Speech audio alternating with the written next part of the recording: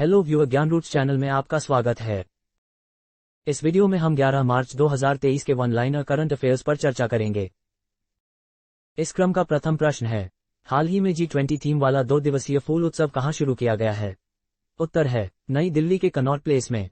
राष्ट्रीय राजधानी दिल्ली के कनॉट प्लेस इलाके में 11 मार्च से 2 दिवसीय G20 पुष्प महोत्सव आयोजित किया जा रहा है। इस महोत्सव का उद्देश्य G20 सदस्य और मेहमान देशों की जीवंतता पर प्रकाश डालना है। इस पुष्प महोत्सव का उद्घाटन केंद्रीय पर्यावरण मंत्री भूपेंद्र यादव के द्वारा नई दिल्ली के कनॉट प्लेस के सेंट्रल पार्क में किया गया। जापान, सिंगापुर और नीदरलैंड सहित G20 देश इसमें भाग ले रहे हैं। भारतीय उपमहाद्वीप की विविधता को प्रदर्शित करते हुए अलग अलग रंगों और प्रजातियों के पुष्पों को विभिन्न आकारों में यहां सजाया गया है।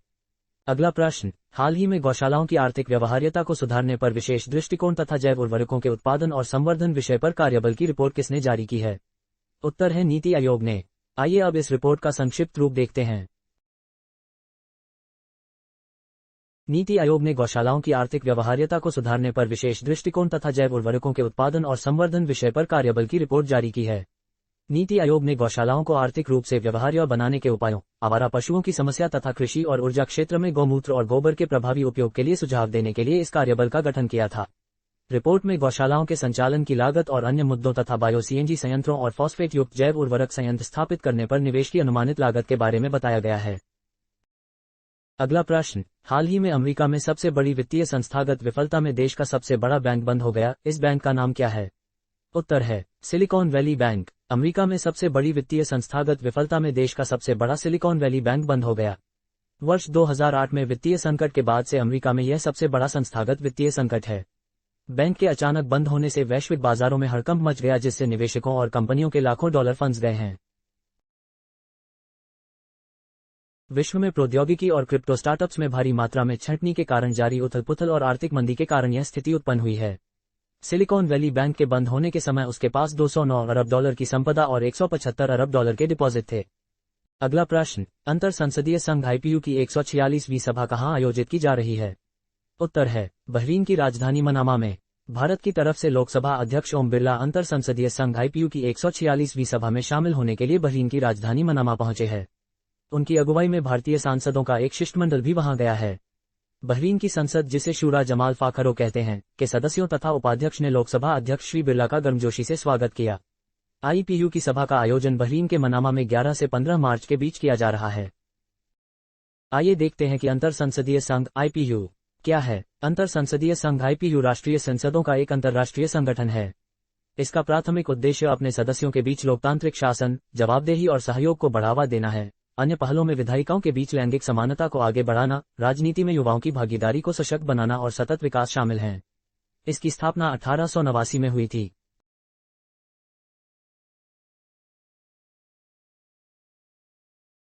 अगला प्रश्न, इस वित्त वर्ष में सकल प्रत्यक्ष कर संग्रह कितना है? उत्तर है 13,73,000 करोड़ रुपये। इस वित्त वर्ष में सकल प्रत्यक्ष कर संग्रह 13,73,000 करोड़ रुपये तक पहुंच गया है, जो पिछले वित्त वर्ष की तुलना में 17% अधिक है। यह संग्रह कुल बजट अनुमान का लगभग 97% और वित्तीय वर्ष 2022-2023 के लिए प्रत्यक्ष करों के कुल संशोधित अनुमान का 83% से अधिक है। केंद्रीय प्रत्यक्ष कर बोर्ड ने कहा है कि अब तक का सकल संग्रह 16,68,000 करोड़ रुपये है, जो पिछले वर्ष की इसी अवधि की तुलना में 22% अधिक है। 1 अप्रैल 2022 से 10 मार्च 2023 तक 2,95,000 करोड़ रुपये की राशि का रिफंड जारी किया गया।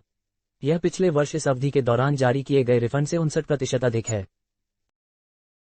अगला प्रश्न, महाविद्यालय और विश्वविद्यालयों के छात्रों और शोधार्थियों को स्वच्छ भारत मिशन लागू करने के लिए ग्रामीण क्षेत्रों की ओर आकर्षित करने के उद्देश्य से हाल ही में स्वच्छ भारत मिशन ग्रामीण इंटर्नशिप 2023 कहां शुरू कर दी गई है?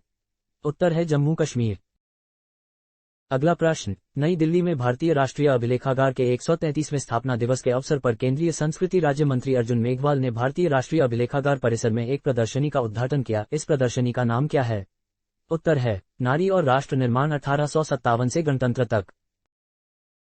अगला प्रश्न, भारतीय वायुसेना ने कितने डॉनियर 288 विमान खरीदने के लिए हिंदुस्तान एरोनॉटिक्स लिमिटेड के साथ अनुबंध किया है? उत्तर है 6। रक्षा मंत्रालय ने भारतीय वायुसेना के लिए हिंदुस्तान एरोनॉटिक्स लिमिटेड से 6 डोनियर 228 विमान खरीदने के एक समझौते पर हस्ताक्षर किए हैं। इनकी कुल लागत 667 करोड़ रुपए होगी। ये विमान मालवहन और संचार संबंधी कार्यों के लिए प्रयोग किए जाएंगे।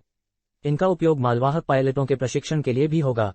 रक्षा मंत्रालय ने एक बयान में कहा है कि 6 विमानों का यह बेड़ा ईंधन कुशलता में अत्याधुनिक होगा।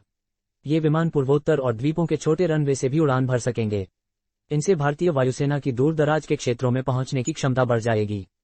अगला प्रश्न, किस राज्य में भारत का पहला इलेक्ट्रिक तीर्थयात्रा गलियारा बनाया जा रहा है? उत्तर है उत्तराखंड। उत्तराखंड में 22 अप्रैल से चारधाम यात्रा शुरू होने जा रही है। लगभग 900 किलोमीटर लंबे चारधाम यात्रा मार्ग में देश का पहला इलेक्ट्रिक तीर्थ कॉरिडोर बन रहा है, जिस पर प्राइवेट इलेक्ट्रिक वाहनों के लिए हर 30 किलोमीटर पर चार्जिंग पॉइंट बनाए जा रहे हैं। इसके अलावा राज्य के सभी गेस्ट हाउस में भी चार्जिंग पॉइंट की सुविधा मिलेगी। अगला प्रश्न, हाल ही में Golden City Gate Tourism Multi Media Awards कहां आयोजित किए गए? उत्तर है बर्लिन। भारत सरकार के पर्यटन मंत्रालय ने आईटीबी बर्लिन 2023 में आयोजित TV cinema commercials international and country international की श्रेणी के लिए International Golden City Gate Tourism Awards 2023 में गोल्डन और सिल्वर स्टार पुरस्कार हासिल किया है। अगला प्रश्न, हाल ही में केंद्रीय मंत्री अनुराग सिंह ठाकुर ने यूथ 20 परामर्श श्रृंखला कार्यक्रम का उद्घाटन कहां किया? उत्तर है पुणे। यूथ 20 G20 देशों के युवाओं के लिए एक दूसरे के साथ बातचीत करने के लिए एक आधिकारिक परामर्श मंच है। चौथी यूथ 20 परामर्श बैठक का थीम है पीस बिल्डिंग एंड रेकंसिलिएशन, अर्थात शांति निर्माण और सुलह। Thanks for watching the video. ऐसे ही जानकारी के लिए ज्ञान रूट्स चैनल को लाइक, सब्सक्राइब और शेयर करें।